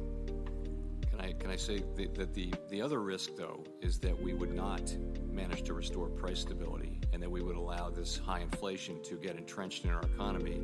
And we know from history that will hurt the people we'd like to help, the people in the lower income spectrum, who suffer now from high inflation. That will hurt them more than anyone. So we can't fail on that task. We have to get back to 2% inflation so that we can have the kind of labor market that we really want. I appreciate that, Mr. Chairman, but as you know, the prices that people are experiencing most vividly day to day is the price of gas at the pump and the price of food at the grocery store, both of which are things that you've said are beyond your control. So thank you, Mr. Chairman. Now, Senator Daines from Montana is recognized for 5 minutes. Mr. Chairman, thank you. Mr. Powell, good to see you here today. Like my colleagues, I continue to be deeply concerned with the inflation we're seeing in the economy and its real-life impact on Montana families. When I go back home, I hear the top 3 concerns from Montanans. It's inflation, it's inflation, it's inflation. It's the price of gas, it's the price of groceries. CPI inflation grew 8.6% year over year in May, the highest increase since December of 1981. In Montana and other mountain states, as you're aware, inflation grew by 9.4% versus a year earlier. This rate of inflation is unsustainable for Montanans and Americans alike. For months, Republicans in Congress and even some Democrats, like former Treasury Secretary Larry Summers, warned of the massive inflationary risk of the $2 trillion March of 2021 stimulus package, what that posed the economy. In fact, just pulled up the Washington Post article from March 29th, 2021. I remember being in this very room, similar hearings, warning our colleagues about the risks of moving through a $2 trillion spending package when we had $1 trillion of unspent COVID money still remaining in December of the prior year. Let me quote from that Washington Post article. It says, Summers, of course, remember Secretary Treasurer Clinton and economic advisor to Barack Obama, a Democrat, Summers, age 66, who drafted economic blueprints for the past two Democratic presidents and was a top candidate to lead the Federal Reserve Board under President Obama, has emerged in recent weeks as the loudest critic of President Biden's approach to reviving the pandemic-era U.S. economy. The Harvard University professor who advised Biden for a time last summer warns, and this is key, that the president's stimulus plan may trigger the highest inflation in more than half a century and could cost Democrats the chance to make lasting investments in the economy. There were many of us warning the administration and our colleagues across the aisle of blindly moving forward on a purely partisan basis to jam through that $2 trillion package and the inflationary risk associated with it. Now, with inflation at a 40-year high, these same Democrats are continuing their ill-advised effort to revise President Biden's sweeping Build Back Broke package, no matter the warning signs that are flashing right now in all of our faces. Chairman Powell, Mr. Summers has suggested several years of greater than 5% unemployment might be necessary to contain inflation. Would you agree with that assessment? I guess I would say that I don't want to comment on other forecasts generally, but my assessment is that it's going to depend to a significant extent on factors like how long does the war run and how long does it take supply chains to improve and that kind of thing. There's a lot of uncertainty around that. I would have a lot of humility about trying to, predict with any clarity exactly where the economy is going to be in, the next 3 years, for example. But my assessment, though, is that there's certainly paths to get inflation down to 2% with outcomes that are substantially less, troubling than what you just read. You've characterized a soft landing as getting back to 2% inflation while keeping the labor market strong. What's your confidence that the Fed can achieve this goal without causing a recession? So I think that is our goal. That's our intention. I think it's going to be very challenging. We've never said it was going to be easy or straightforward. It's going to be challenging, and the events of the last few months have certainly made it more challenging. And nonetheless, there are pathways through which that could happen, and in particular, what we saw in the early part of 2021 when inflation went up was very strong demand surged against what were unanticipated supply-side constraints. And the result was prices went up a lot, much more than could be explained by just the increase in demand.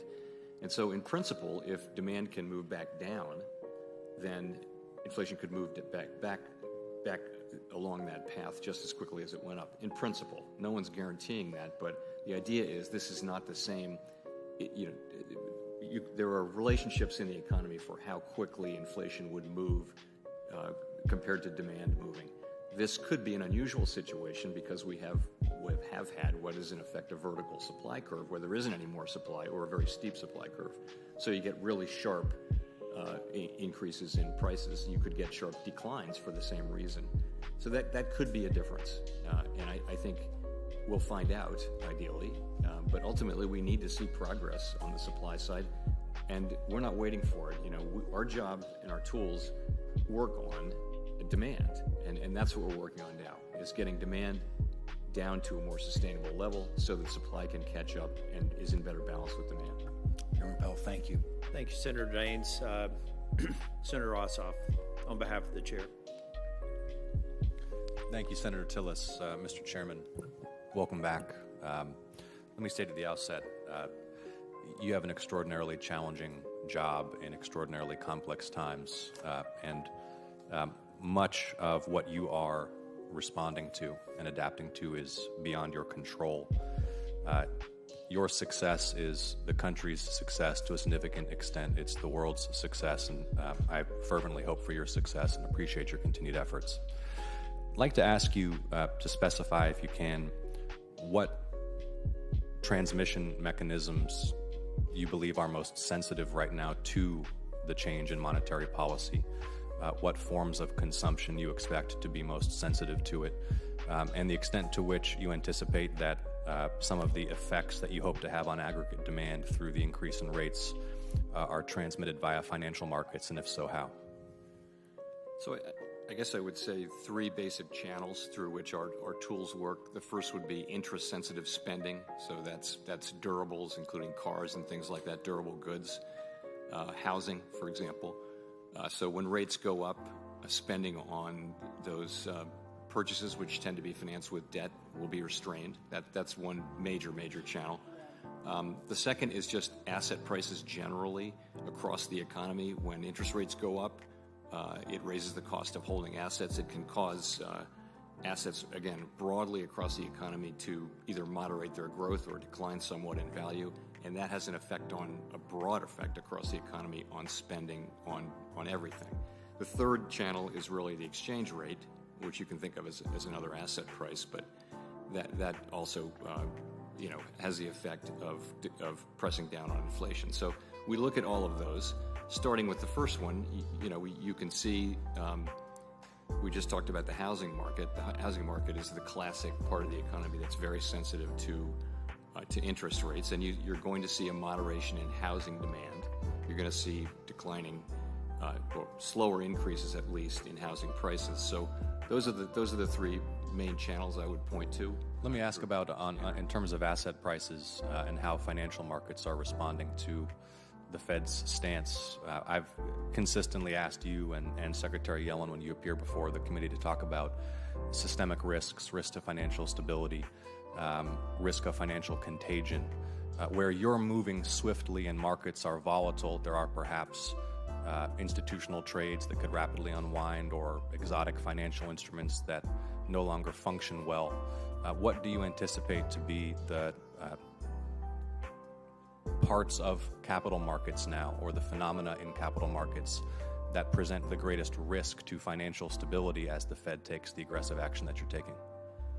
Well, I'd start by saying that the banking system is very strong, well-capitalized, highly liquid, does a much better job of understanding the risks it runs and managing them than before the global financial crisis. And that's a reflection of the work that regulators did and that the banks did too.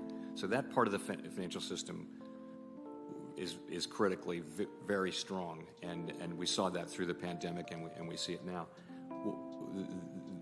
To your point, though, capital markets did show real periods of illiquidity during the immediate aftermath of the pandemic.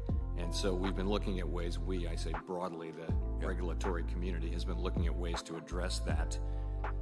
So you remain concerned about money markets? Well, that's so money markets that's a part of the economy which where it has become illiquid because the assets that they were invested in were not able to be turned into cash quickly to fund depositors wanting to take their money back. So we stepped in and had to provide that liquidity for the second time. There are reforms going on there at the SEC which should address that, and they're in the process of being considered and then implemented. So that should help on that front. I was thinking more of the Treasury market, for example, which it became illiquid at the very beginning, when people wanted nothing but cash, nothing but the cash and most cash-like things. Treasury market has been functioning, though, all through this period when we've very significantly changed the stance of monetary policy. So markets have been functioning well, reasonably well, and And okay, my time's running short, to and continue. appreciate that. We'll probably follow up to talk a little bit more about financial risk. With my remaining few seconds, let me ask you this. How would you characterize the share of responsibility, if you will, on the supply side versus the demand side for the elevated price levels over the last year? To what extent do you believe that, you mentioned the supply curve being steeper than expected, and so the increased durable goods demand and consumer demand having a greater than expected effect on prices. Right now, is the principal driver of the increase in the price level elevated consumer demand, elevated demand, or is it supply constraints? I know we're facing both, but I'm asking you to allocate, as you can, some share to each phenomenon. Yeah, I just would say it's clearly both factors are principally at work here. You couldn't get this kind of high inflation without strong demand, and you certainly couldn't get it without the kind of supply issues that we've had, both in the labor market reflected in high wages, and then in the goods market reflected in what's happened with durable goods. And cars in particular, you look there, it's been driven by semiconductor shortage. Thank you, Chair Powell. Thank you, Mr. Chairman. On behalf of the Chair, Senator Moran. Mr. Chairman, thank you. Chairman Powell, thank you for your presence here today.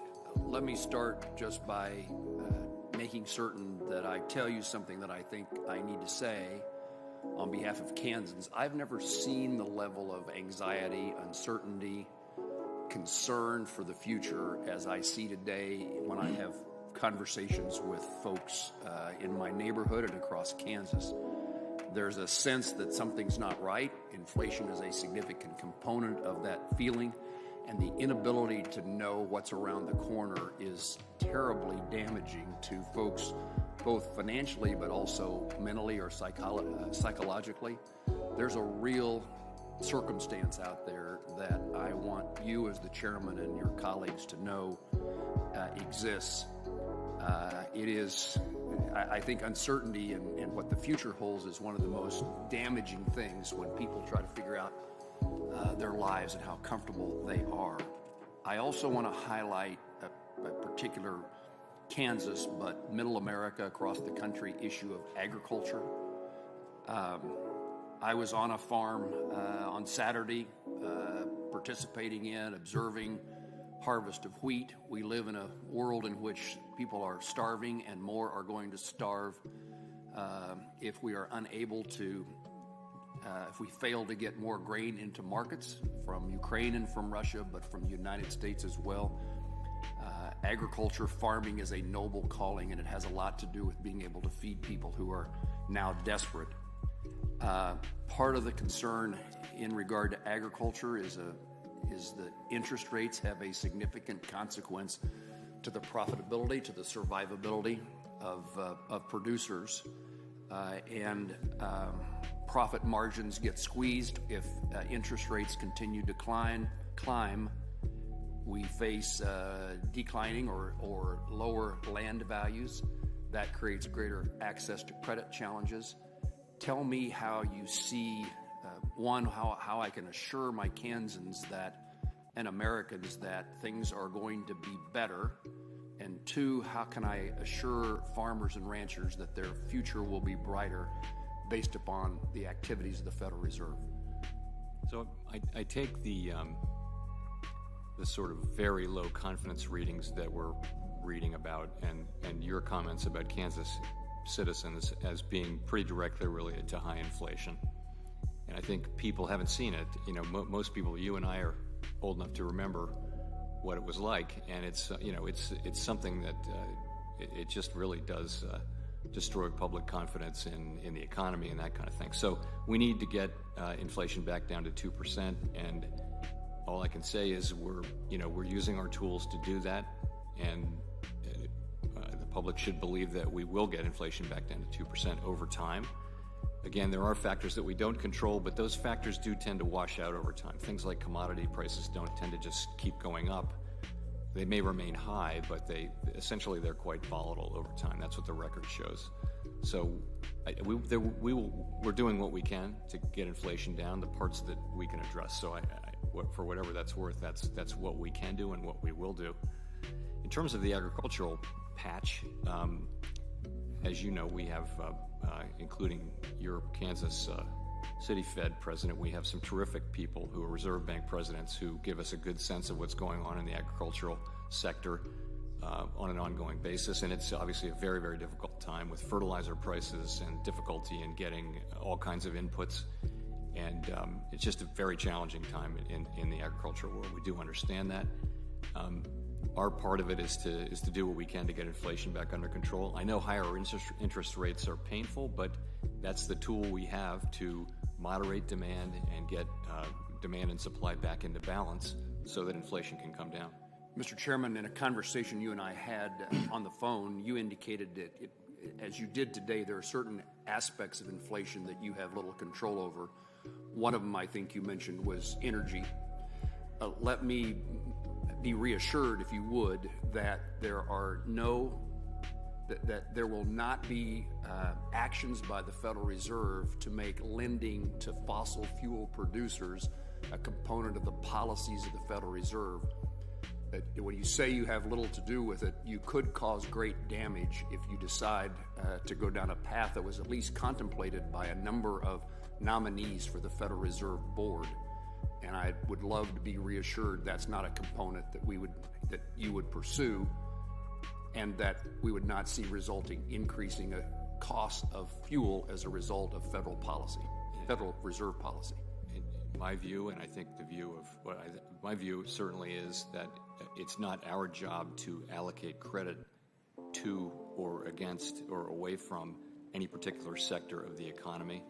That's a job for elected officials or for markets, but it's not a job for the Federal Reserve, which has a mandate to pursue maximum employment, price stability, a well-regulated banking system, and a sound payment system. Mr. Chairman, thank you. On behalf of the chair, Senator Warnock.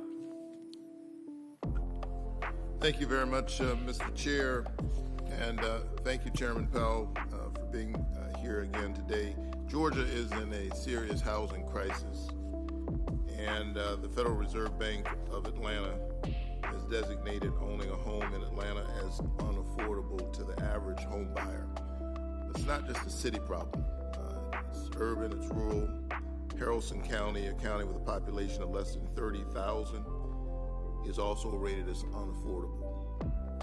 In the midst of this housing crisis, the Federal Reserve Bank, which has a tough mandate and a tough time of managing inflation, has raised the federal funds rate by 0.75%. This means mortgages are about to get a lot more expensive for families. Chairman Powell, as the Fed raises its interest rates, what is the Fed doing to prevent this rate increase from further exacerbating the housing crisis? Well, so by raising rates, what you're seeing is a slowing housing market now. You're seeing because of higher interest rates, mortgage rates have gone up pretty substantially, and you're seeing a slowing in the housing market. And that should mean, one of the things that should mean is that housing prices should stop going up at such remarkably rapid rates. Since the beginning of the pandemic, we've had a very, very hot housing market all around the country.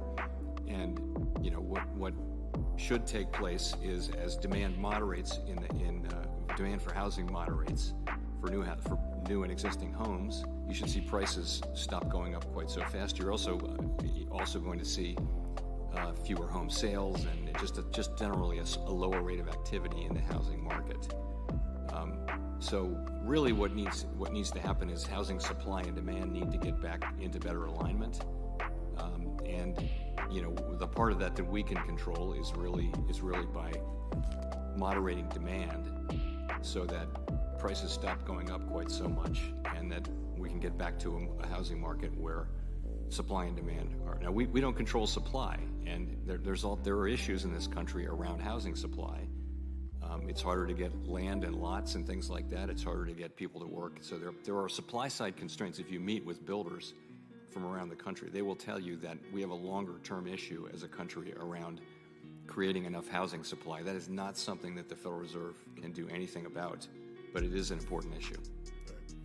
Notwithstanding that, mortgages are clearly, at least in the short term, are about to get more expensive.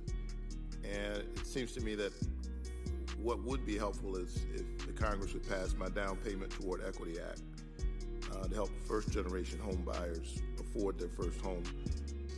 What effects do you expect the Fed's interest rate increases will have on the, well, let me put it this another way. The Federal Reserve helps enforce the Fair Housing Act and the Equal Credit Opportunity Act. What plans do you have to ensure that as interest rates increase, everyone still has access to a fair, reasonable price mortgage? So the higher interest rates don't change our very important obligations under the fair credit laws that we enforce. And so we'll continue to enforce those, transparently and aggressively. It is true, though, that mortgage rates have gone up, and that will slow down demand, and that will be there's some pain involved in that for people paying higher mortgage rates, and also some people will be priced out of the mortgage market. But that is ultimately what needs to happen if we are to get back to price stability, to a place where people's wages aren't being eaten up by inflation. Right. So the greatest pain would be if we allow this high inflation to just continue. I guess will be right. Yeah. Right, and I guess my point is that in the meantime, the folks who are on the margins of the marketplace in the first place, the issue is how do we protect them as much as possible. Related to that, when Secretary Yellen was here, she stated that the Federal Reserve needed to not only be skillful, but she said, quote, lucky to ensure, quote, a soft landing. I don't like counting on luck when the economic safety of Georgians, particularly those at the margins, is at risk, which is why I'm doing what I can here in the Senate. I've introduced a couple of bills to lower the price of gas, to lower the cost of groceries and other everyday goods, to cap the cost of insulin and other medication. And I've held the White House accountable to pursue investigation of price gouging of ocean carriers. And I've supported bipartisan legislation addressing the same issue that just became law. How can Congress lower costs for Georgia families? And what steps can Congress take to support the Fed and ensure a soft landing? So I guess I'd be reluctant to give you advice while we're trying so hard to do the job that you've actually assigned us, which is to get inflation back down. But I think those are authorities that those of you who run for elected office have, and we don't have as mere appointees. So that's really up to you. But you would agree that the folks at the margins of the economy are feeling the most pressure and pain, and that has to be addressed. I think that's always the case, and in the case of inflation, it's really that if you're spending every dollar that you're intaking on the bare essentials of life, and the cost of them goes up 10%, you're in trouble right away. Right. Whereas middle class people and people better off than that, they've got some resources, some ability to deal with it. So that's why it's such a priority for us to get on top of inflation before it does become entrenched. Inflation's only now been around for, it really didn't start until March of last year. So it's not at all too late for us to get this job done and get back onto the kind of path we all want to be on. Thank you so much. I'm concerned about this, and it's why in the meantime I've introduced several bills to lower the cost for essential items like gas and groceries and medication. Thank you for your testimony. Thank you, Senator. On behalf of the chair, Senator Sinema, I think, will join virtually. Thank you, Mr. Chairman, and thank you, Chairman Powell, for joining us today. And congratulations on your recent reconfirmation. The inflation numbers continue to be concerning, and this is the number one issue I've been hearing about from Arizonans. Families and small businesses are paying higher prices, and they need relief from soaring inflation so they can make ends meet. But we also know that this is not only a U.S. problem. Countries around the world, both big and small, are also seeing high inflation. So how is the U.S. positioned relative to other countries with respect to inflation? I'd say our level of inflation is broadly comparable to that of other major economies. You saw Canada release their inflation number today. It's not far from where ours are. Same with the Western European democracies and the United Kingdom. But there are different compositions. So I would say to generalize, in the United States, our inflation has more of a demand-driven component, whereas in Europe it is more, to a greater extent, driven by very high energy prices, for example. Although in the United Kingdom kind of has a mix of both of those. We also have high energy prices here. So the levels are similar, but the composition is a little bit different here in the United States. Well, thank you. Crypto markets have experienced substantial volatility in the past several weeks. Has the Fed been tracking these events, and what implications do they have for how the Fed is viewing the broader economic outlook and making decisions with respect to monetary policy? We are tracking those events very carefully, of course, and not really seeing significant macroeconomic implications so far. And but I think the principal implication is really what we've been saying and others have been saying for some time, which is that in this very innovative new space, really there's a need for a better regulatory framework that treats, the same activity should have the same regulation no matter where it appears, and that isn't the case right now because a lot of the digital finance products are in some ways quite similar to products that had existed in the banking system or the capital markets, but they're not regulated the same way. So we need to do that, and I think that is the main takeaway I would have. What is an appropriate proportion of current U.S. inflation to assign to Russia's illegal invasion of Ukraine, and how are you thinking about these events in the context of setting monetary policy? Well, I would say that the increase in commodity prices are clearly connected to the war in Ukraine, and so that part of inflation would be certainly much lower than it is without the war in Ukraine. And there's nothing that our tools work on demand, and there's a job for our tools to do here. There is a job to moderating demand so that it can be in better balance with supply, but it wouldn't. We don't think that we have the answer to higher oil prices, due to the global oil situation. I know the Fed tracks the core personal consumption expenditures index closely when thinking about monetary policy. Many trends in our economy, including a big shift towards technology and e-commerce, accelerated during the first year of the pandemic, and it's possible that the indicators and weights used to measure inflation may need to be revised to accurately measure inflation as Americans are experiencing it. So we all know inflation is high, but how high it is matters to ensure that we have an appropriate response. Congress and the Fed should make decisions based off the best information that most accurately reflects the challenges that families and businesses are facing. Have you given thought to this issue?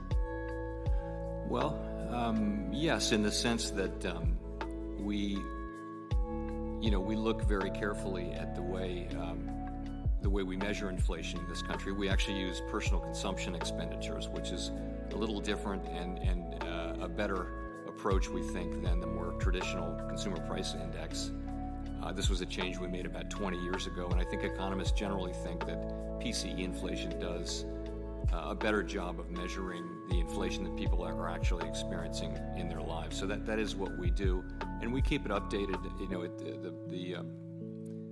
The government agency that manages it keeps it updated on a regular basis. So we think that's the right approach in terms of measuring inflation. Of course, we look at CPI as well, but we've chosen to make PCE inflation our principal measuring stick. Okay, thank you. Mr. Chairman, I see my time's expired. I yield back. Thank you. Senator